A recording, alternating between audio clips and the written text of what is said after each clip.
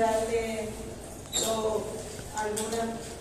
algunas cosas importantes con respecto a lo que es la evaluación del tórax.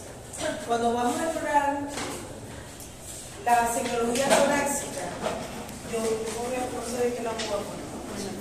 Cuando vamos a explorar la semiología torácica, el paciente por supuesto tiene que estar sin su camisa, sin ropa, poner una batica y tratar de estar en un ambiente que sea cómodo para el paciente. O sea, tenemos que ponernos siempre en los zapatos del paciente y no lo vamos a ir a descubrir, como veo yo muchas veces, delante de todos para poder examinar, sobre todo en la mujer, hay que respetar eso, igual el pudor, y en el hombre igual.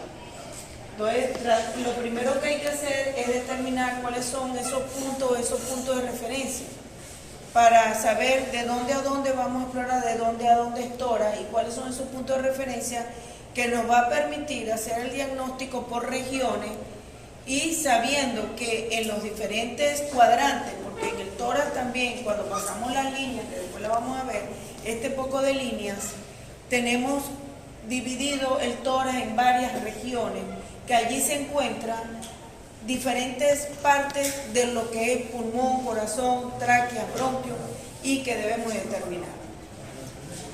Los puntos importantes es saber que lo que es la base del tórax, en la parte superior tenemos las clavículas que hay que desde el punto de vista topográfico determinar la clavícula, las dos clavículas, la articulación, lo que es el manubrio esternal, lo que es el esternón, lo que es la unión del manubrio con el manubrio esternal, con el cuerpo del esternón, que forma un ángulo que muchas veces se puede palpar, pero hay pacientes que a veces cuesta porque lo tienen muy deprimido, pero al pasarla, estaba apagado. Sí. Al pasarla, nosotros somos más aquí. Al pasar la mano por el esternón o a la inspección podemos ver ese saliente. Ese es el ángulo de Lewis, que es muy importante porque aquí a este nivel es donde hay la tráquea y viene la bifurcación después de los bronquios. Entonces es importante determinar. Y comienza el segundo espacio intercostal. Debajo del ángulo de Lewis, si nosotros nos tocamos debajo, está el segundo espacio intercostal. Las fosas supraclaviculares, que algunos le llaman huecos supraclaviculares o fosas supraclaviculares, que son muy importantes porque en estas áreas es donde vamos a encontrar también los plexos, lo que es el plexo braquial con la rama, la subclavia, el escaleno, las arterias que las vamos a encontrar a este nivel y los ganglios linfáticos. Que hay que determinar. La fosa supraesternal, que es la parte superior donde está la horquilla esternal, el ángulo manubrio, ya lo dijimos, y allí entonces lo vamos a dividir con líneas, que es la línea medial o línea mesoesternal, la línea mesoclavicular o línea media clavicular, línea axilar anterior, línea axilar media o medio axilar y la línea axilar posterior, después la línea paraescapular, la línea medio espinal, que es la línea que está en toda la parte medial de la apófisis espinosa. Y allí nosotros tenemos dividido lo que es el esternón, sabiendo que otra línea importante, que es la línea inferior, que la que pasa por el borde inferior de la costilla, que las costillas supernumerarias, que las tenemos flotantes, a este nivel pasa. Es importante porque a ese nivel viene ¿quién? El diafragma, que es el principal músculo respiratorio. Entonces, debemos determinar. Es importante, en la parte posterior, está allí, lo que es la apófisis espinosa de la séptima vértebra cervical, que corresponde a lo que es el ángulo de cuando lo pasamos así, corresponde al ángulo de Entonces, estas son las líneas que ya les acabo de mencionar. Fíjense que esas son líneas imaginarias, tratemos de no imaginarias, y nosotros las visualizamos en el paciente, no es que vamos a pasar una línea por aquí o una línea por aquí, no, sino que son líneas imaginarias que nos van a permitir hacer el diagnóstico. La siguiente. Entonces, vista anterior, vista posterior. Fíjense que cuando estamos explorando, allí es donde vamos a ver, sobre todo en la parte superior, cómo vamos a explorar, porque los lóbulos medios, está el lóbulo superior del pulmón derecho, el lóbulo medio, el lóbulo inferior, Y del lado izquierdo tenemos el lóbulo superior, el lóbulo inferior y la língula, por supuesto, y el corazón. Entonces, el lóbulo medio queda escondido debajo, en la región axilar. Entonces tenemos que obligatoriamente al paciente lo examinamos, separamos los brazos, bien sea que lo ponga en esta posición o que suba los brazos a la cabeza para poder exponer la parte media. Generalmente uno dice esto sube, bueno, pacientes que puedan colaborar, pero ya vemos que la mayoría de los pacientes que vemos, por lo menos en nuestro servicio que nos llegan, son pacientes que están en malas condiciones, son pacientes ya bastante ancianos, pacientes mayores, con muchas comorbilidades, que nosotros tenemos que separar los brazos y tratar de explorar estas áreas, porque allí, en esa zona, nos puede pasar desapercibido patologías crepitantes, lo podemos encontrar ahí, puede tener una neumonía, puede tener una abolición o tener el músculo vesicular abolido por un derrame o bien porque tiene una condensación pulmonar y nos puede dificultar la exploración. Entonces, tenemos que estar pendientes de chequear esas áreas. Recordar siempre, fíjense que allí está dividido y esta parte de acá, lo que te quiere decir es que este es el hipocondrio. Cuando bajamos a la línea costal inferior, aquí lo que tenemos ya es la parte abdominal y entonces tenemos los dos hipocondrios, derecho, izquierdo y el epigastrio, que también es importante tomarlo en cuenta porque hay patologías abdominales que pueden repercutir con complicaciones pulmonares y la patología primaria está en abdomen. Ejemplo, una paciente con síndrome de hipertensión portal que tenga una citis puede tener un derrame pleural también. Entonces podemos encontrar y tomar en cuenta esto.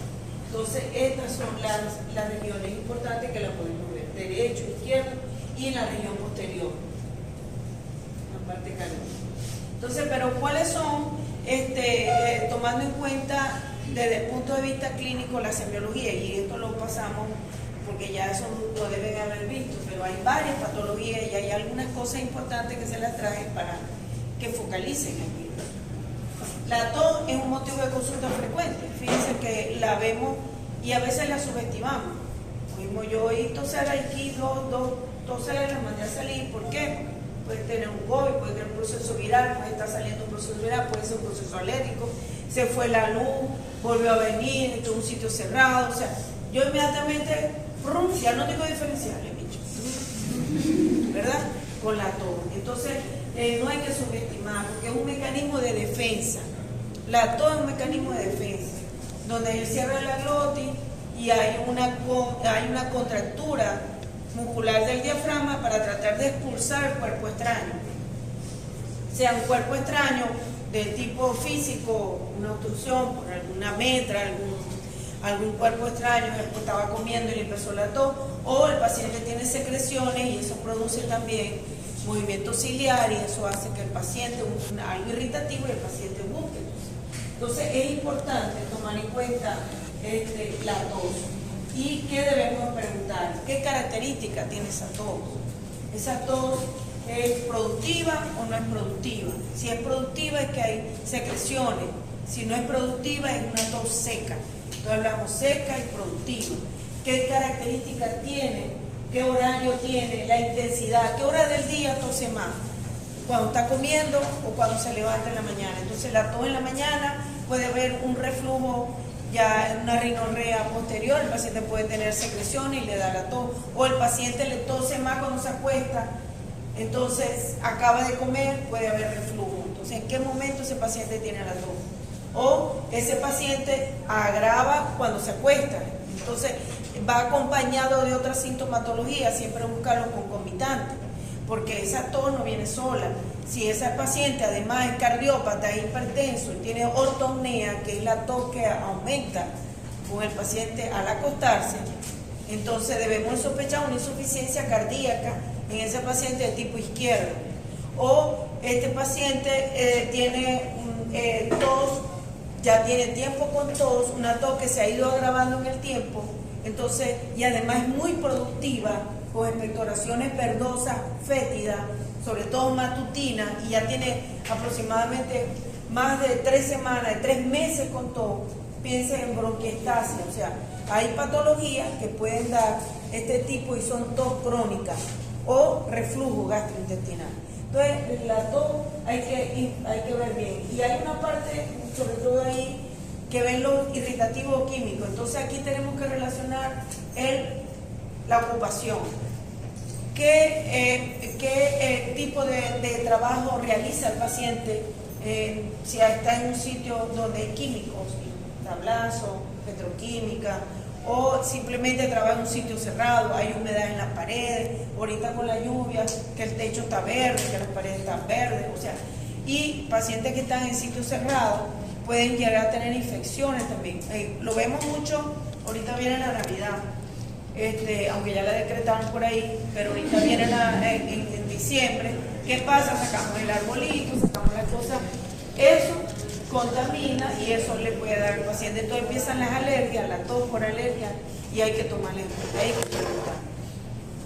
Entonces, con los químicos y todo, y recordar la neumonitis intersticial crónica por toxicidad y la fibrosis pulmonar. Eso va asociado allí con el contacto continuo, frecuente con químicos. Los gasolineros, los que trabajan con tiner, todo eso hay que preguntar. Si fuma o no fuma, y eso es importante. Los cambios de posición. Aumenta esa tos, disminuye, que toma usted porque se le quita la tos, porque se le alivia. Entonces hay muchas preguntas que hay que hacer, y eso debe ir en el desarrollo de la enfermedad actual. No solamente tos productiva y ya, sino todo eso que acabamos de ver, eso deben de preguntarme. Entonces aquí vemos, ¿no? Si es cerca de infecciones virales muy frecuentes, neumonía, neumopatías intersticiales, tumores, alergias. La tos crónica, también hay que tomar en cuenta el carcinoma broncogénico que puede dar una tos crónica. Crónica productiva, bronquiectasia, bronquitis crónica, acceso pulmonar, son productivas fétidas. Entonces el acceso pulmonar o la tuberculosis también en nuestro medio, que es frecuente. Si hay sibilantes, podemos encontrar broncoespasmo en alergia. A veces el paciente tiene tos y dice, yo me oigo como un pitico, porque ya el paciente ya está indicado, pues hay un broncoespasmo, y entonces hay que pensar en cuadros alérgicos, en asma bronquial, entonces desde cuando lo tienen. Los sibilantes también lo podemos encontrar en pacientes con insuficiencia cardíaca que tengan mucha congestión pulmonar, mucho edema alveolar, y ya hay un edema intersticial importante, y el paciente puede tener por edema bronquial, puede tener los bronquios medios y pequeños, puede tener broncoespasmo. La tos perruna, lo vemos en los pacientes, se habla de tos perruna porque es una tos más bien que traqueal. Lo vemos en pacientes con cruz, en los niños, con laringotraqueitis. Entonces uno habla de tos perruna, ¿no? Porque hay como ronca también. El estridor, y lo que es la epiglota y todo lo que es la parte superior, respiratorio superior, va a dar este tipo de tos laringotraqueal. El estridor, el paciente, allá está, todavía el paciente todavía lo tiene. Cuando vayan a esa habitación y busquen al paciente para que lo puedan ocultar, y lo oyen aquí y lo oyen aquí. Aquí se oye con estridor, y aquí casi no lo oyen el murmullo vesicular. Quiere decir que la obstrucción está aquí arriba. Yo no sé por qué el cirujano de tórax no revisó. Porque si a mí me mandan a poner un tubo, y yo te estoy poniendo el linfoproliferativo, hay que evaluar eso, porque entonces a lo mejor el que tiene una obstrucción y tiene que hacer una traqueotomía, además de la toracotomía, una traqueotomía de emergencia, una traqueotomía, no sé. Si es matutina, por obstrucción traqueal; si es nocturna, tabaquismo, o sea, esas tos crónicas sensibles asociadas a la comida o bebida, que tiene que ver relacionado con la ingesta de alimentos. La siguiente. Igual mucoso, ama mucopurulento, tuberculosis, ya esa. El rumbroso, purulento, molestadetel, con respecto al aspecto del esputo. Si es mucoso, se puede quedar uno tranquilo, eso es viral. Pero recordar que si vemos mucoso color blanquecino, piensen en cándida. En cándida, queda un tipo como si fuera un almidón. En las alergias también podemos ver que es mucoso, transparente, y es como si fuera elástico, deja como un filo. Eso se ve en el asma y en las alergias. Como clara de huevo. Como clara de huevo, lo podemos encontrar así. inicio verdoso, que vaya, o que empiece mucoso y luego vaya tornándose verdoso, ya ahí pueden haber bacterias y hay que hacer cultivo, que va a cambiar. Si hay herrumbroso, ya en la neumonía, como si fuera hierro, o sea, porque son las bacterias, entonces vamos a encontrar herrumbroso en ese tipo de pacientes. Mermelada de Bruselas como la miel de abeja, y lo vamos a encontrar en la neumonía neumocócica o las infecciones por Klebsiella. Los accesos pulmonares son fétidos, los sanguinolentos siempre hay que evaluar, cardíaco, pulmonar.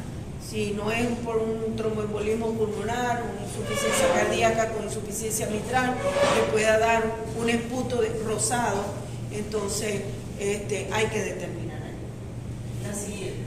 Y siempre recordar cuando hay hemoptisis en los pacientes, no solo pacientes con tumores broncogénicos, tuberculosis, sino también pacientes que tengan un carcinoma pulmonar, que puedan tener este tipo de hemoptisis. Hay que determinar la cantidad de sangre, entonces hay que preguntarle al paciente, incluso si está relacionada la hemoptisis con cambios hemodinámicos o sudoración, porque eso nos está indicando que el paciente puede tener incluso hasta 500 cc o más de pérdida sanguínea con la cada expectoración. Entonces un paciente que puede terminar en UCI, un paciente que requiere una atención urgente, porque está complicada esta parte. Siempre recordar que preguntar con antecedentes quirúrgicos, si fue operado reciente, si tuvo un traumatismo también torácico frecuente, familiares que tengan alguna alteración de tipo hematológica, porque puede haber una alteración desde el punto de vista sanguíneo, el tipo de las anemias, ¿no? La eferocitosis, la anemia falciforme, un paciente que tenga una trombocitopenia o que esté tomando algún tipo de medicamento anticoagulante puede tener problemas con hemoptisis. Entonces hay que tomar en consideración eso. Y lo que ya le dije, si está asociado, le da cuando tose y bota, cuántas veces lo hizo en el día, qué cantidad, y si tuvo sudoración o trastorno respiratorio, disnea, dolor torácico. Siempre preguntar eso. La siguiente. Entonces aquí en este cuadrito, aquí lo definimos un poco mejor, definimos lo que es la hemoptisis en sí, lo que es la severidad, si es origen vascular o no. Con respecto a la expectoración, proviene por supuesto del área bronquial, entonces hablamos de hemoptisis, o hematemesis cuando es del área digestiva. Entonces uno va precedido de todo, que es la hemoptisis, y cuando es hematemesis va precedido de náusea. En la hemoptisis la expectoración es gaseosa, es decir, vamos a ver aire, burbuja de aire en la expectoración. En cambio, cuando es hematemesis no hay burbuja de aire. Una es oxigenada y la otra no. Esta puede estar acompañada también de secreción bronquial, la otra va a estar acompañada de alimento, la hematemesis. Entonces de ahí pueden hacer diagnóstico diferencial. Es importante preguntar siempre colores. Rojo, rutilante. Rojo es de una coloración negruzca para hablar nosotros de que ese paciente tiene algún tipo de expectoración rojiza, porque hay una hematemesis y puede tener melena. Entonces, acompañar síntomas gastrointestinales con la parte de digestiva de las evacuaciones para ver si hay melena. Entonces, hablamos, porque muchas veces se confunde porque el paciente no lo sabe definir. No, yo no sé si fue que tosí, yo no sé si fue que me vino las ganas de vomitar, y entonces puede confundir al médico. Y allí es donde el médico tiene que ser acucioso en hacer las preguntas adecuadas para saber si fue la primera vez, si ya lo ha presentado, qué tipo de evacuaciones, pero está evacuando negro, entonces eso venía de gastrointestinal, y ver de dónde viene el tipo de sangre. La severidad, por eso que le digo, si es leve, menos de 30 cc en 24 horas, poca cantidad. Si es moderado, de 30 a 200. Y si es severo, de 200 a 500. Y más de 500 es, por supuesto, es masivo. Y este paciente incluso, cuando hablamos de masivo, puede morir porque se puede ahogar con su propia sangre. Entonces, sí lo hemos visto, yo lo he visto. y no hay mucho que hacer, porque generalmente son pacientes que tienen un carcinoma, que tienen una severidad pulmonar que puede ocasionar eso. Pero también lo hemos visto en pacientes que han sido intervenidos quirúrgicamente, que le hicieron una traqueotomía o lo operaron de tiroides, y el paciente puede tener un sangramiento, un vasito sangrando, y eso se va a la tráquea, el paciente tiene, y lo que expectora es coágulo sanguíneo. Entonces, el antecedente quirúrgico, cuando vimos anteriormente la noticia, es importante preguntar en el momento del cuadro clínico. Una de las primeras causas de noticia, fíjense que está la tuberculosis pulmonar, pero no hay que dejar atrás lo que son los carcinomas pulmonares y la bronquiectasia, que también pueden dar noticia. Entonces, esas son una de las 3 primeras causas que pueden dar ese tipo de problemas. Y generalmente cuando se presentan los problemas de hemoptisis es sobre todo cuando hablamos de bronquiectasia o de son por las nuevas formaciones de vasos sanguíneos, que son muy friables, son los que se rompen más fácilmente. El trauma torácico es importante. Yo recuerdo mucho una paciente que venía, tuvo un traumatismo torácico y venía, le daba tos y esporádicamente tenía hemoptisis. No se le conseguía nada, y resulta que había una lesión traqueal, una lesión bronquial, un vasito había quedado, hacía el coágulo y dejaba de sangrar, pero a veces empezaba la tos y nuevamente volvía al roce, y se le hizo el diagnóstico con broncoscopia y con estudios de marcadores de glóbulos rojos marcados, se le hizo un cintilograma pulmonar y arteriografía incluso, y se pudo determinar el vaso que estaba, y después en pabellón mejoró el cuadro. Y había el antecedente que era el traumatismo torácico severo que había tenido con varias costillas fracturadas y todo eso, hacía un tiempito. La siguiente. Entonces, preguntar sobre los prodromos. El prodromo es el tiempo que transcurre antes de que el paciente presente el cuadro clínico. Cuando vamos a ver entre hemoptisis, antecedentes personales patológicos, el aspecto, el color, las manifestaciones y síntomas, la hemoptisis, la posible antecedente de enfermedad cardiopulmonar, el tipo de esputo, que es espumoso, rojo vivo, ya esto lo hablamos, y la hematemesis, que va relacionada con náusea y vómito. En la evaluación tenemos que tomar en cuenta también si ese paciente tiene disnea. Ya esto lo han hablado, lo hablaron cuando vieron respiratorio, cuando vieron cardiología. Entonces, seguimos con la disnea. Es importante determinar si es cardíaco, si es pulmonar, si es central, si es por un traumatismo torácico, si es por hipoxia que pueda tener el paciente la disnea. ¿Qué le está ocasionando la disnea a ese paciente? Una lesión tumoral, o es neurológico, metabólico. Hablamos metabólico, no encontramos nada, pero el paciente tiene una cetocidosis diabética. Eso lo lleva a una respiración acidótica de pulmón y el paciente va a tener disnea por acidosis. Tiene una uremia, el paciente va a tener disnea por uremia. Entonces son las disneas metabólicas por esas causas.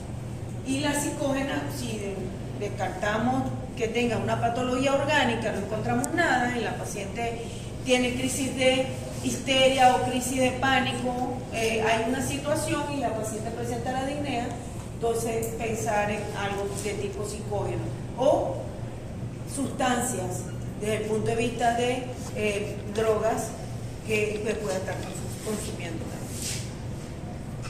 La disnea paroxística nocturna es en el edema agudo del pulmón, característico edema agudo del pulmón. El paciente presenta la dificultad respiratoria, la disnea al momento de estar en decúbito y no mejora al sentarse. Entonces hablamos de disnea paroxística nocturna, y el paciente puede tener entonces crepitantes en marea ascendente que se ocultan y son alveolares. Los crepitantes son alveolares. La ortopnea, ya ustedes saben, la platipnea es cuando el paciente tiene disnea en la sentación, es decir, el paciente se sienta, se te va a caer el celular. El paciente se sienta y tiene disnea. Entonces, eso lo vemos en pacientes que tengan ascitis o un abdomen prominente, pueden tener ese tipo de disnea. La trepopnea, el paciente mejora cuando se acuesta en decúbito lateral. Cuando hay derrame pleural, si el paciente tiene un derrame pleural del lado derecho, por ejemplo, el paciente mejora en la posición lateral izquierda, o sea, del lado contrario. ¿Por qué? Porque va a permitir que el pulmón se expanda de ese lado y le va a permitir respirar mejor. Entonces, la postura del paciente, no, él se siente mejor así, pero ¿por qué se siente mejor así? Entonces, pregunte, porque puede haber entonces algún problema respiratorio que ese paciente consigue mejorar de esa manera. Entonces, con respecto a si las causas, preguntarlas, que ya las hemos hablado, si es por insuficiencia cardíaca, en ortopnea todo lo que es cardíaco, en asma grave no hay ortopnea, a menos que tenga un comprometido, pues el paciente tiene una enfermedad broncoconstructiva crónica y pueda tener un cor pulmonar que se ve insuficiencia cardíaca derecha, puede tener edema, congestión hepática, edema de miembros inferiores, irritación yugular, y el paciente puede tener también derrame pleural. Entonces es importante tomar en cuenta eso en pacientes que ya tengan antecedentes respiratorios antiguos por enfermedad broncoconstructiva. Aquí es importante pacientes que hayan sido sometidos a cirugía y le hayan hecho lobectomía. O sea, ya los pulmones son muy nobles, son capaces de expandir la cavidad torácica o ocupar el espacio que el lóbulo que se retiró no está y lo puede ocupar y puede mejorar la ventilación. Si es por alguna causa, ¿no? Porque si ya todo el pulmón está afectado en enfisema pulmonar, es difícil que ese paciente se recupere. Entonces, buscar aquí, estas son las probabilidades. La sibilancia también. Aquí yo le hago la acotación, cuando hablamos de sibilancia me estoy refiriendo a bronquios. Entonces es importante que si las secreciones no se modifican con la tos, se debe sospechar de tumor o cuerpo extraño. Es decir, yo encuentro que examino al paciente y encuentro que tiene sibilancias localizadas en un área, en una región, lo mando a toser y no se modifica y persiste la sibilancia, sospecha en un carcinoma o en un cuerpo extraño. Es importante tomar en cuenta eso, sobre todo en los niños, que a veces ocurre el evento de cianosis, de tos, el paciente estaba la mamá en la cocina, el niñito está jugando a los juguetes y de pronto lo oye toser y cuando va lo consigue morado, él se apura la mamá, pum, el muchachito pasó, le dio la tos, se le pasó y resulta que ya el cuerpo extraño pasó y está ubicado en algún bronquio, en el bronquio derecho, y ese paciente puede hacer su vida y con la semana empieza a presentar fiebre, sigue la tos, broncoespasmo, y no es asma, ahora resulta que el niño es asmático, pum, y él va progresando hasta que alguien, cuando le hacen la placa, no, aquí tiene una neumonía, pero no dijo el evento que había sucedido y la cianosis y la tos y todo. Y como pasó por alto, ese paciente puede hacer un acceso pulmonar, ese niño, y perder un lóbulo pulmonar por un acceso pulmonar por un cuerpo extraño. Cuando de pronto han tenido tos en algún momento, bueno, si una vez que lo encontré, ahí entonces, si el médico lo piensa, si no le para, le dice, no, eso hace mucho tiempo. Resulta que sí, porque a veces el cuerpo extraño se puede ver en la radiografía, pero a veces no. Si es metálico lo puedes ver, pero si es plástico no. Doctora, entonces si hay sibilancia por asma, al momento de mandar a todos los pacientes se debería modificar entonces. Estoy hablando de cuerpo extraño, tumor. Si es asma, lo vamos a encontrar en todo el campo. O sea, asma, todo, porque es una inflamación bronquial difusa. Y ahí puede haber una causa-efecto. Estaba el niño o el contacto hizo un cuadro viral y quedó con un proceso broncoespasmo. O estaba haciendo algún deporte y se desencadenó el asma, porque es dependiente del exceso. Entonces, ahí hay causa-efecto y es generalizado. Pero cuando encuentras algo localizado, ahí hay que hacer ¿qué? Broncoscopia, tomografía, hay que determinar qué puede ser. Entonces, ahí es importante ver eso. La cianosis es otro cuadro que hay que ver con los problemas respiratorios. O sea, si tenemos todo lo de INEA, todo lo anterior y encontramos cianosis, tenemos que diferenciar si es central o periférica. La central tiene que ver con la hematosis pulmonar, con el oxígeno CO2, el intercambio. Entonces hay buena oxigenación, está bien. O es periférica porque hay un secuestro, vamos a decir, sanguíneo, bien porque hay un proceso obstructivo periférico vascular, o hay una vasoconstricción, o el paciente tiene un problema de una insuficiencia venosa, una trombosis venosa, y va a tener algo periférico. Entonces es importante diferenciar estas dos. En la central vemos que el paciente va a tener comprometida también la mucosa, es decir, va a haber cianosis perioral. Y además, si el paciente tiene cianosis, tiene hipoxia y va a tener dinea, porque hay hipoxia. Entonces voy a encontrar desde el punto de vista clínico, semiológico, signos de esfuerzo respiratorio. ¿Cuáles son esos signos de esfuerzo respiratorio? Tirada intercostal, ¿qué más? Aleteo nasal, ¿qué más? Uso de músculos accesorios. Que son la retracción intercostal. ¿Qué más puede encontrar? ¿Cómo sería la postura de ese paciente? El paciente se trataría de sentar hacia adelante, hacia adelante para buscar algo, buscando aire. ¿Qué más puede tener? Hiperventilación, no sé si ya mencionamos. Taquinea. ¿Qué más? Cianosis, hay cianosis. Hemodinamia. Ya dimos lo físico, lo que veo. ¿Y la hemodinamia? ¿Qué más puede tener? Acidosis. Dijeron taquinea, hipoxemia, CO2 aumentado, o sea, hipercapnia, hipoxemia. ¿Verdad? Porque estamos hablando de eso. La frecuencia cardíaca no se altera. Claro que sí. Entonces, ¿por qué? Porque fisiológicamente quiere, para buscar más oxígeno, empieza el corazón. Entonces vamos a tener signos. Entonces, esto es importante que lo tomen en cuenta por aquel paciente que no es una histeria, no es una crisis de pánico, le da con frecuencia. Entonces, signos clínicos de trabajo respiratorio, el paciente tiene trabajo respiratorio. O sea, de verdad, el paciente no es que, como aquel que vimos, era una hemotura. No es que el familiar se lo quiere llevar, el paciente no. Tiene una enfermedad respiratoria. Entonces, es importante catalogar esto y ver qué otra cosa. Fíjense que ahí estaba la chuleta. Una PO2, fíjense que llegó bastante baja. ¿Cuándo vamos a ver? Una acropaquia. La acropaquia, entonces son alteraciones a nivel distal en las manos por hipoxia crónica. Lo vemos en pacientes con enfermedad con cortocircuito cardíaco, con comunicaciones interventriculares, en pacientes que tienen enfermedad broncoobstructiva crónica, en la hipoxia crónica. Entonces van cambiando y los dedos se van haciendo más gruesos a nivel periférico y es lo que se llama acropaquia porque se deforma lo que es la parte distal del dedo y se hace más abombadita. Entonces lo vemos como un palillo o como si fuera palillo de tambor que le dicen, o un fosforito, ¿no? Un fósforo.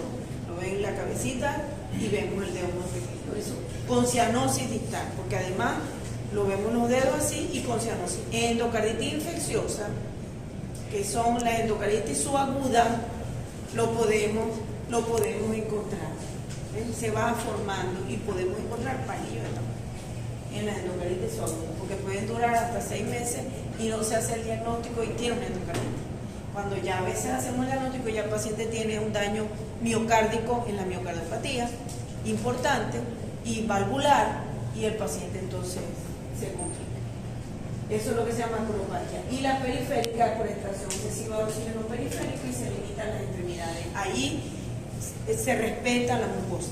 Es decir, en la periférica no hay comprometimiento de la mucosa, en cambio en la central sí, además de cianosis distal. Entonces aquí tienen lo de acropaquia y la cianosis distal y periférica, que es lo mismo que le he dicho.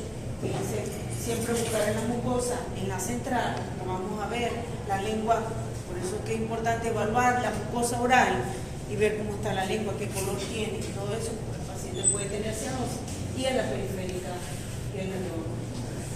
Entonces debemos preguntar sobre dónde se localiza la cianosis para poder hacer el diagnóstico diferencial, en qué parte lo veo. ¿Desde cuánto tiempo? Siempre ustedes en la historia, yo he corregido mucho en las historias, ya estoy terminando con la última carpeta y veo que todavía como que no ha quedado bien claro lo del tiempo. La historia no puede ser hace mucho tiempo, siempre debe haber un tiempo aproximado para poder tener una relación de la evolución de una patología en el tiempo. Entonces, es importante que pregunten desde cuándo, qué evento, ante qué se pone morado, porque de pronto tiene un reino, el paciente hace un vasoespasmo a nivel periférico y se produce la cianosis vital con dolor, entonces hablamos de reino. ¿Ha tenido algún problema cardíaco o pulmonar? ¿Alguna patología previa? ¿Qué factores agravan la cianosis? Si se va a Mérida, el frío, las alturas, si ha tenido algún comprometimiento o le están mucho tiempo sentado, se le ponen los pies morados. Entonces eso también se puede poner morado cianótico porque pasa mucho tiempo allí.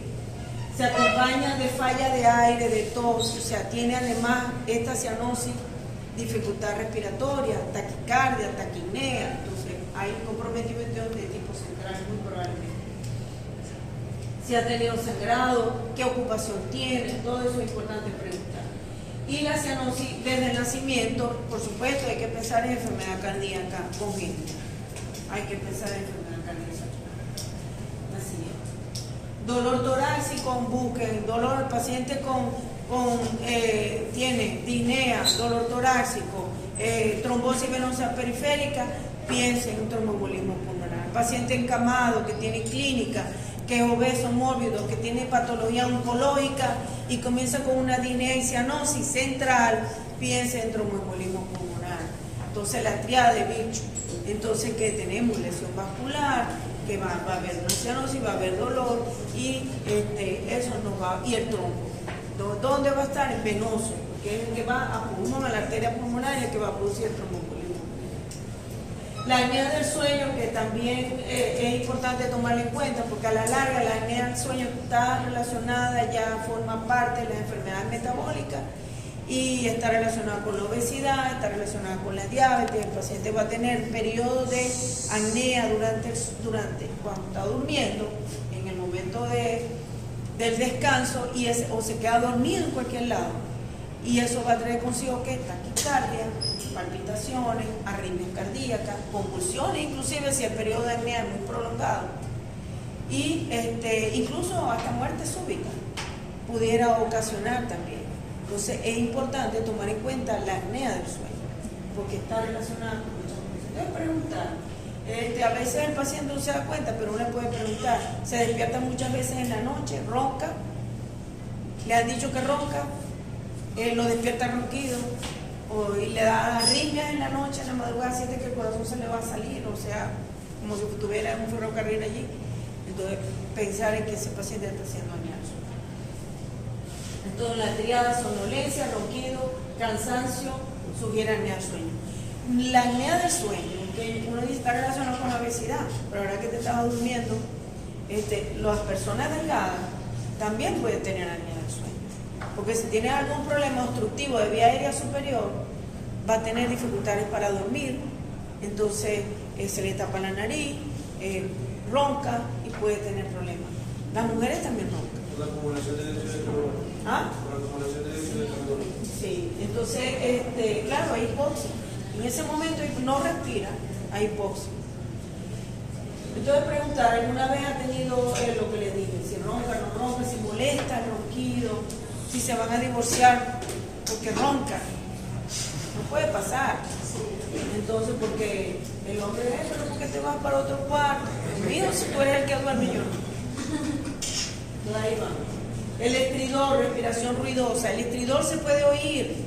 Paciente que tiene una obstrucción traqueal, usted lo oye cuando llega con un estridor. Está ahí, el paciente dice, ¿por qué? Porque tiene una obstrucción superior.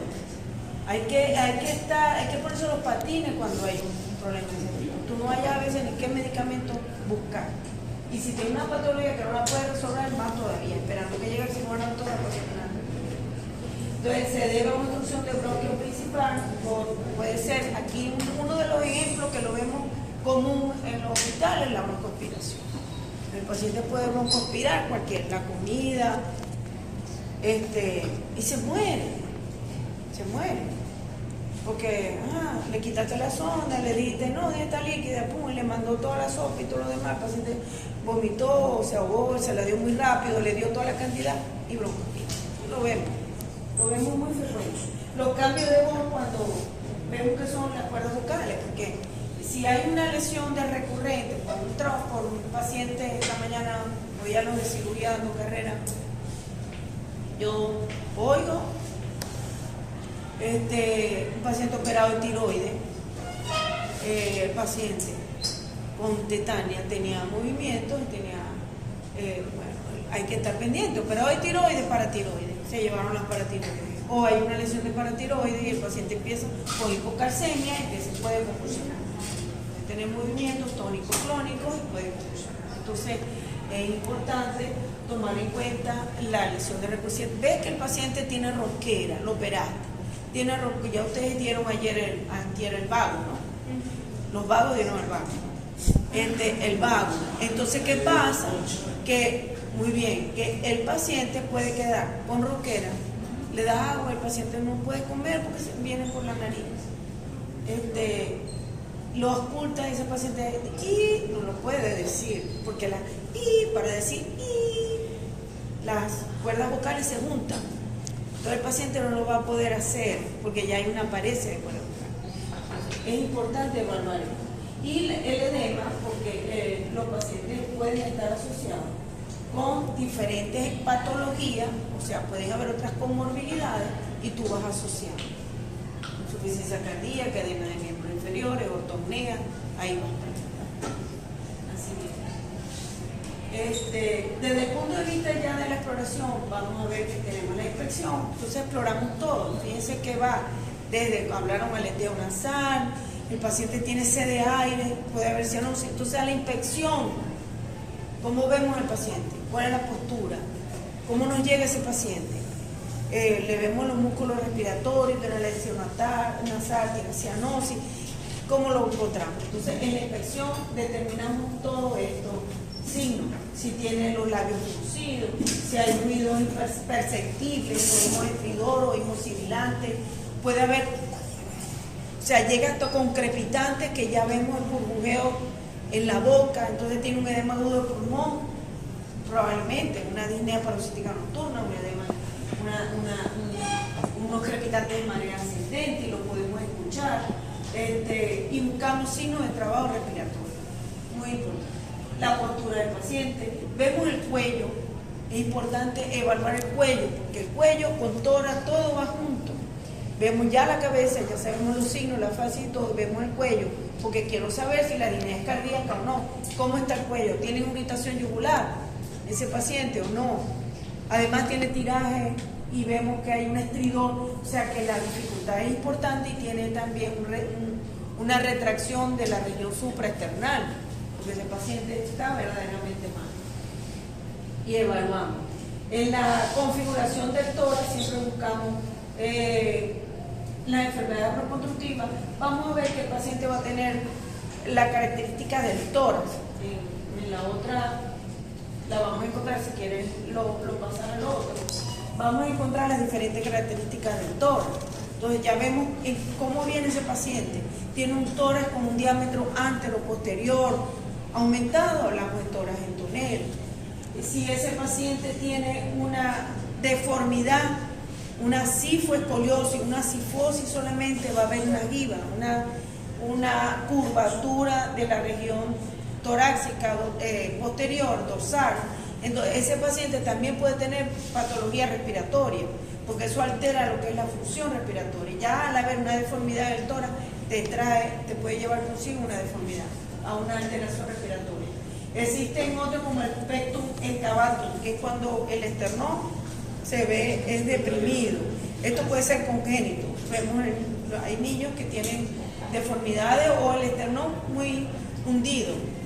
Puede que no tenga ningún problema respiratorio, ¿no? Y el pectum carinatum es cuando vemos el esternón que protruye. Ese pectum carinatum siempre hay que hacer diagnóstico diferencial o explorar. Puede ser algo congénito que nació así, sin tener enfermedad cardíaca, o el paciente tiene una malformación cardiovascular que puede tener este tipo de tórax. Entonces, cuando lo vemos a un paciente con esta característica, hay que buscar dedos de palillo de tambor, hay que buscar otras manifestaciones que nos puedan relacionar o descontar la parte cardíaca de la otra.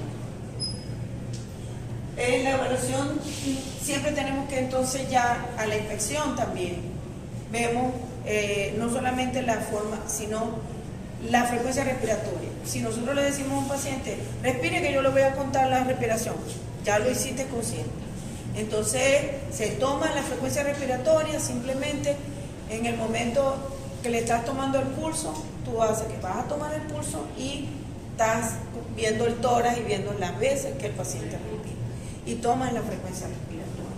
Es importante. Y ves también el ritmo respiratorio.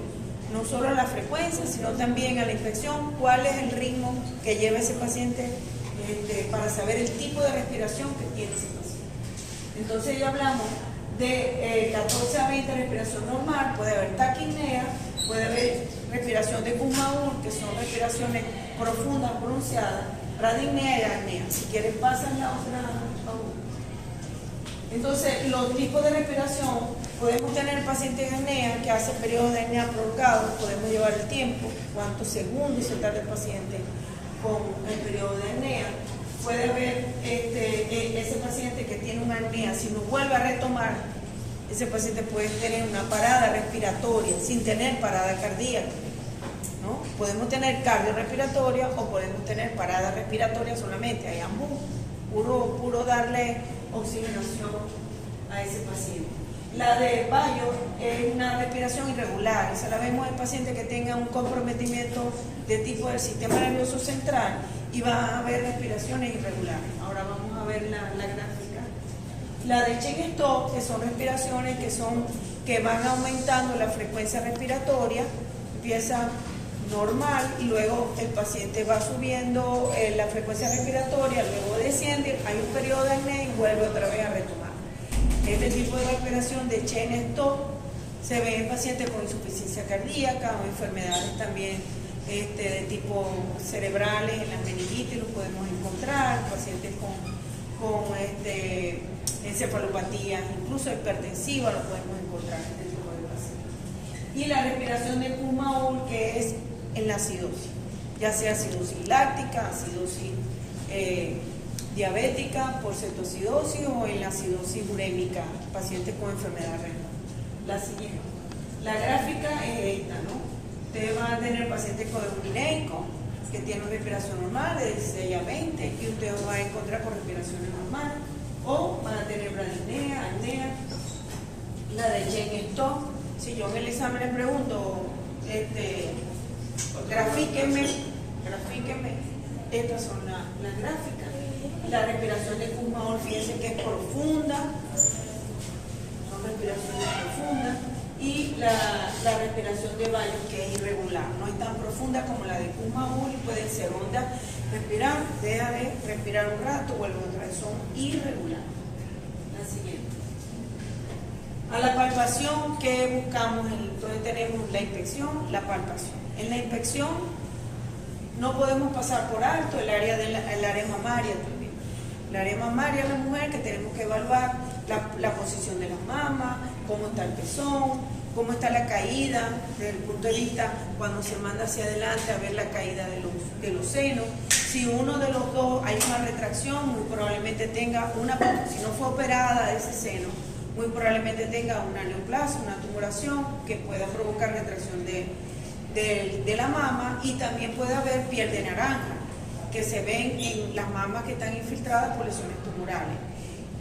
Sin olvidar que en el área mamaria tenemos que siempre buscar la supernumeraria, que está en toda la raíz de la región, desde la región axilar hasta la región de la mama, que pueden estar a ese nivel, y también puede haber aumento de volumen y pueden haber lesiones tumorales en esa área. Entonces, ver si hay secreción a la inspección, si hay secreción, si hay algún tipo de eritema, cambio de coloración, úlceras a nivel de las mamas, y en el hombre también, porque el hombre también puede tener asiento de este tipo de patologías, igual que ginecomastia. Ginecomastia que pueden haber por aumento de glándulas mamarias en el hombre, vemos ginecomastia, incluso pueden tener hasta secreción láctea cuando hay prolactinoma o hay hiperprolactinemia por alguna otra causa, pueden tener. Entonces es importante determinar eso. Y después a la palpación, cuando ya vamos a palpar, palpamos la mama, por supuesto, en manera de cuadrantes. Es importante dividirla en 4 y hablamos de lesiones a nivel de pezón y hacemos presión para ver si hay secreción. Cualquier tipo de secreción, serosa, una secreción hemática, secreción láctea, cualquier tipo de secreción debemos de escribirlo, anotarlo en la historia clínica. Por cierto, me mandaron a investigar un caso. Yo con la Norita tenía que buscar el del 2010. Que vean. ¿Ah? Bueno, y resulta que si buscamos allí las secreciones, a eso hay que tomarle muestra o generalmente nosotros lo remitimos aquí en al oncólogo, hay que hacerle ecomamografía y remitirlo al oncólogo, al mastólogo o al ginecólogo, pero de ahí yo lo remito directo al oncólogo, al mastólogo para que revise la mama. Después de tener los exámenes, el ecograma, ya solamente con el hecho de encontrarle sangre, de encontrarle allí. Yo recuerdo mucho una amiga que se hizo ecograma y salía normal, pero ella me fue y me busca porque dice que había botado sangre por el pezón. Cuando yo le palpo la mama, en la mama no se le palpaban masas, nada, no se le palpaba, pero tenía sangre. Yo le digo, ¿me gusta esto? Era un carcinoma infiltrante de mama, tenía 5 ganglios tomados en la axila. Y le habían hecho, no recuerdo, yo la mandé después para la San Luis, con Angelia, la doctora Angelia, y ahí se hizo bien. Pues yo le dije, no le palpo, pero es. ¿Ven? Por el hecho de la sangre. Profe, ese cáncer. Después hizo recidiva y bueno, ya está fuera, ya salió de eso. Gracias. Una pregunta, ¿ese cáncer infiltrante también lo llaman cáncer inflamatorio de mama? ¿O ese es No, ese es otro. Bueno, entonces es importante determinar bien la evaluación de esa parte y no subestimar. No porque tiene 80 años. Yo, ¿para qué le voy a examinar a la mamá que tiene 80 años? Examínala, porque también hay de 80 años, no hace mucho murió la mamá de una colega, 82 años y su cáncer de mama. Es un derrame, tal, se le hizo el diagnóstico. Y era ginecólogo. Pero imagínate cómo se puede sentir siendo ginecólogo, muere la mamá de cáncer. Es duro. Pues entonces al mejor cazador se le va la piel, como dice el dicho. Entonces, bueno, investigar eso y determinar si hay alguna patología. Y después, entonces nos vamos a ver dolor. Vamos a ver a la palpación si hay dolor. Si hay manera de determinar el dolor. Uno puede hacer el tórax, ¿verdad? Y hacer presión. Empezar a tocar y hacer presión en la caja torácica. Con eso vas a determinar también la flexibilidad. El tórax es flexible porque tiene articulación y tú puedes hacer esto y tiene cierta flexibilidad. Hay tórax rígido que uno le hace y no lo puede movilizar, no le determina, porque puede tener una enfermedad reconstructiva, puede tener una fibrosis pulmonar. Entonces son tórax que son muy rígidos y uno allí se da cuenta. Lo otro es dolor. Si el paciente presenta algún dolor, entonces ya sabemos que hay dolor en el tórax izquierdo, entonces ¿qué parte del dolor? Entonces empezamos a buscar articulación por articulación, arco costal por arco costal, porque puede tener una metástasis, eso da dolor. O puede tener una neuritis intercostal, eso da dolor. O puede tener un herpes zóster, eso da dolor. Entonces determinar arco costal por delante y nos vamos por detrás. A ver, ¿dónde le duele? Determinamos los espacios intercostales, porque por los espacios es que pasa el nervio. Se puede haber dolor y dígame con un dedo dónde le duele.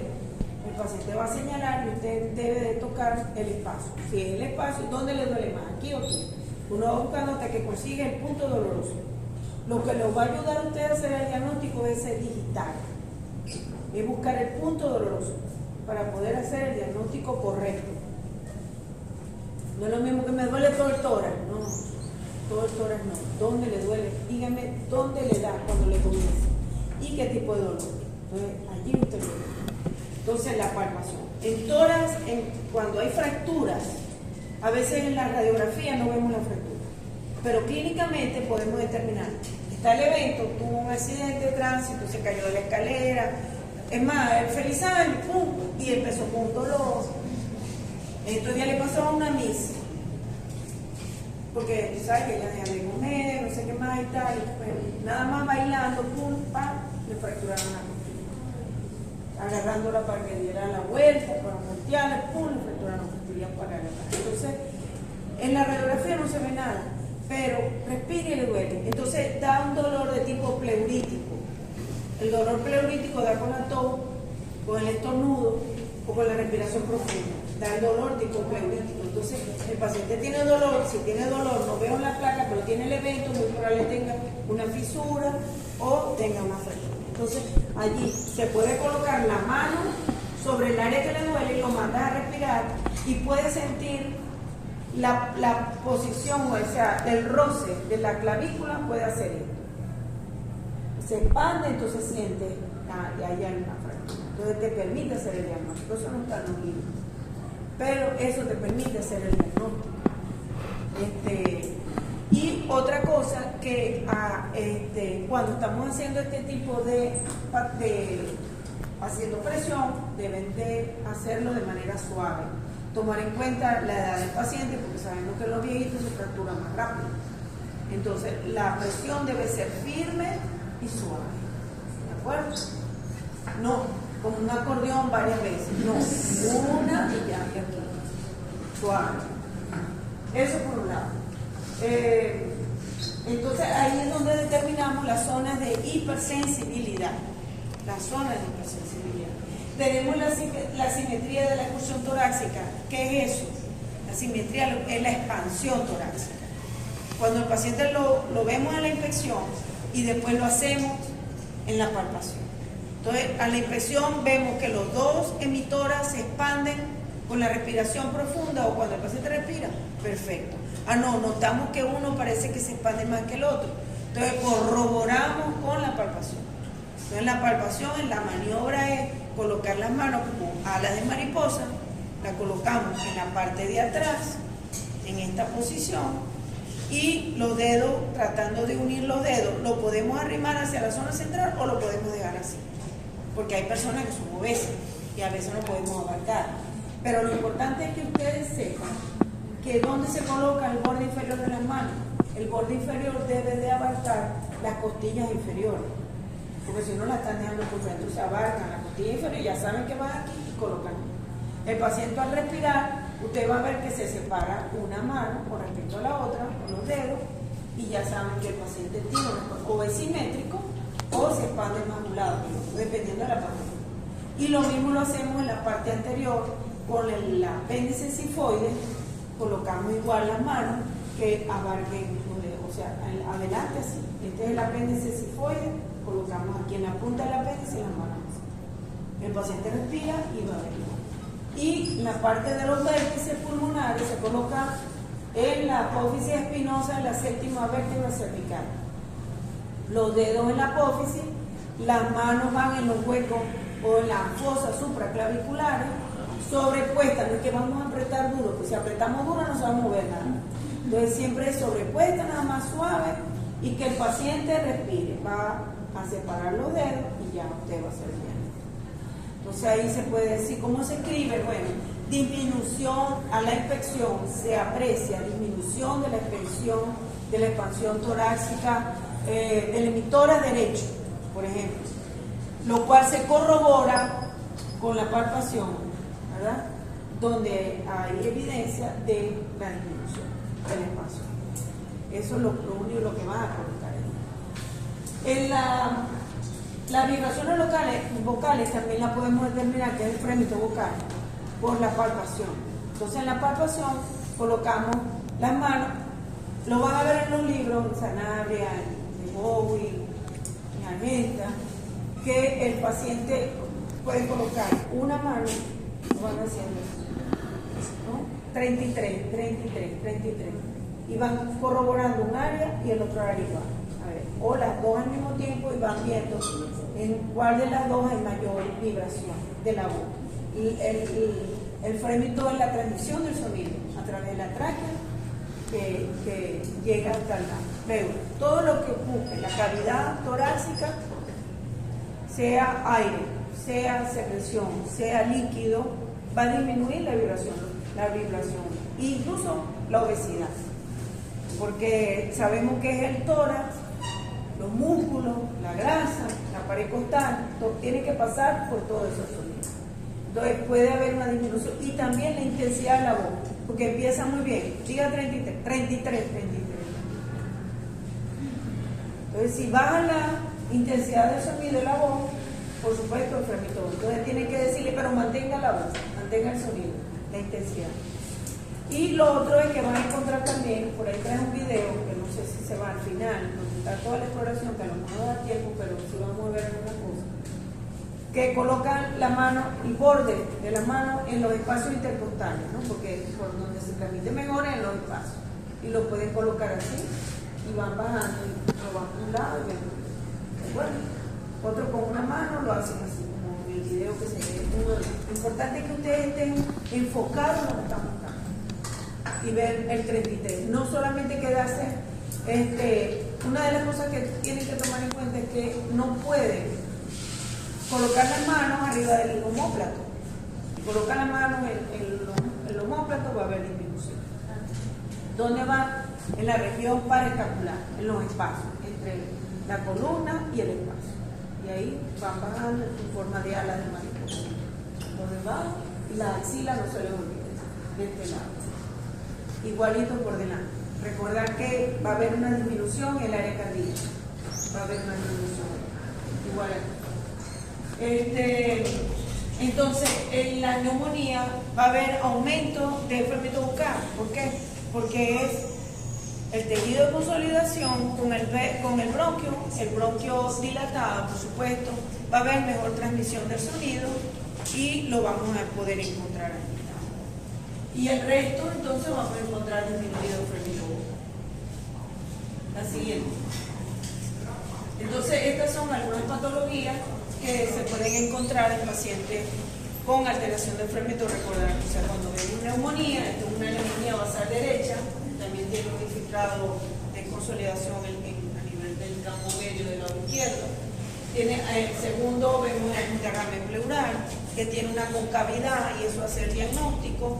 Si el paciente está acostado, podemos ver velado todo el campo pulmonar porque por supuesto el líquido se distribuye por todo el campo pulmonar y podemos ver así. Además, el derrame hace que el corazón o el mediastino, ya viene clase, ¿sí? Ya vamos a salir. Se desplace al lado izquierdo y neumotora, por supuesto, vemos que ahí hay, vemos máquina, este es el mediastínico que yo les decía, fíjense, y ahí hay mediastínico, allá hay aire. Y este es el pulmón, el colapso. Y este es el corazón. Este es el colapso pulmonar. Entonces hablan de neumotora marginal. Siguiente. Entonces la percusión, luego viene la percusión. La percusión tienen que practicar. Ya vamos a practicarlo. El dedo medio o el dedo índice. Practican las percusiones sabiendo dónde van a percutir en el espacio intercostal, bajando, línea medio clavicular, van bajando hacia abajo. A nivel de septo, ¿qué empieza? Matidez hepática. Entonces, matidez hepática. Cuando hay factores como el neumotora del paciente que vimos, que el hígado desciende, vamos a encontrar, donde hay matidez hepática, vamos a encontrar timpanismo o hiperresonancia, que lo vemos con el neumotora. Si hay una bula, vamos a encontrar timpanismo en el lado de la bula o hiperresonancia. Timpanismo es estómago. Entonces el sonido puede ser más sonoro cuando tenemos una bula. En el caso de en un efisema pulmonar podemos encontrar timpanismo o hiperresonancia. Si es muy sonoro, timpanismo. Si es un sonido menos agudo, hablamos de resonancia. ¿De acuerdo?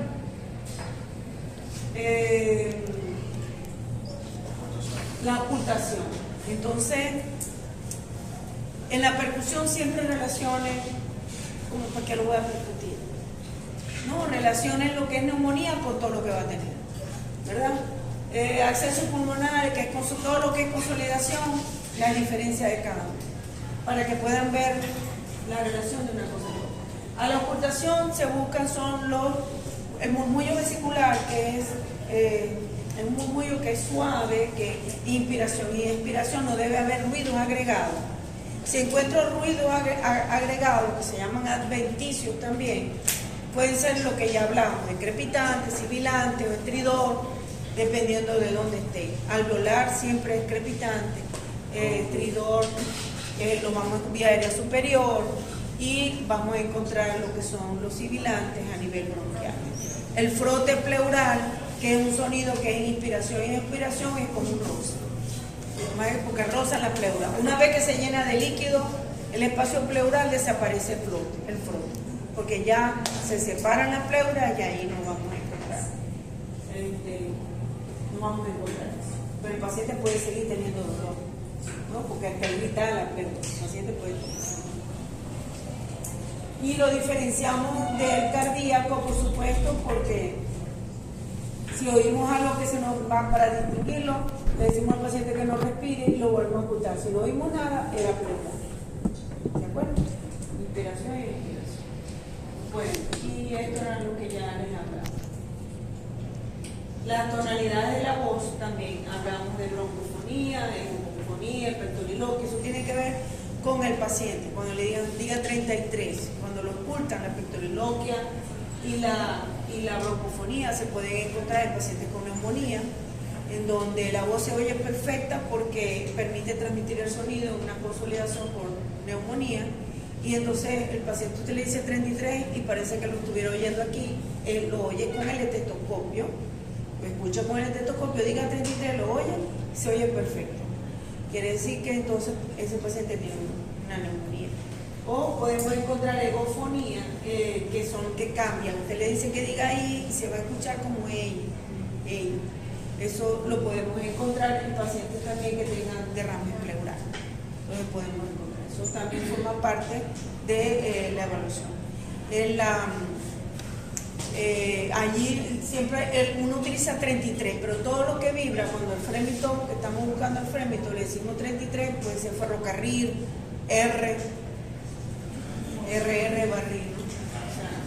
Y este es un video que ayer buscando y dije, bueno, para el muchacho, este se me parece mucho, se adapta mucho a lo que le iba a dar, pero no sé, es un poquito largo, a lo mejor no se ve ahí. Hay que copiar el link para ponerlo y lo pone. Hay muchos videos allí, pero este se adapta mucho, lo explica muy bien, llega hasta el final, todo, hasta el día mismo, por decir eso.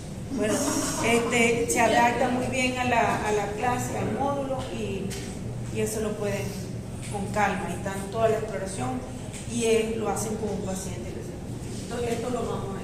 Entonces, ¿cuál es la conclusión aquí? Que es importante siempre identificar los síntomas respiratorios para poder hacer armar el cuadro clínico. O sea, ese rompecabezas lo armamos con la anamnesis y el interrogatorio, que es lo que nos va a permitir hacer el diagnóstico diferencial. Muy importante, los síntomas respiratorios deben de relacionarse con patologías siempre pulmonares, cardíacas, gastrointestinales, determinar dónde está ubicado la región, cuál es el órgano, cuál es ese sistema que está afectado, para poder llegar al diagnóstico. Y la evaluación semanológica de tórax debe aplicar los métodos clínicos para el diagnóstico, que son la inspección, por supuesto la historia clínica, la inspección, la palpación, la percusión y la ocultación. Entonces, para poder hacer se debe evaluar el tamaño, forma, simetría, expansión torácica, respiración, tipo, ritmo, frecuencia, mama, simetría de las mamas, la forma de expresión, consistencia. También, si encontramos una masa, dónde está ubicada, qué características tiene, qué tamaño tiene, duele, no duele, lo puedo mover, está fijo, si hay uno o hay múltiples o confluyen, entonces hay que darle el diagnóstico y además se correlaciona con adenopatías axilares, entonces hay que hacer el diagnóstico. Determinar también la ocultación, el murmullo vesicular, los ruidos agregados, si hay frote o no hay frote regular y la percusión torácica. Lo último en el examen físico es la percusión de tórax, porque es lo que más molesta. Entonces eso lo dejamos de último. Lo primero es la ocultación, después nos vamos, primero la inspección, después la ocultación, después la palpación y de último la percusión de ese paciente. Bueno, el tratamiento sin la prevención es simplemente insostenible, es decir, no podemos dar un tratamiento porque a veces no tratamos nada. Lo mejor es prevenir y tampoco tratamos nada si no llegamos a la causa definitiva. ¿Eh? Bye, Importante, ¿no?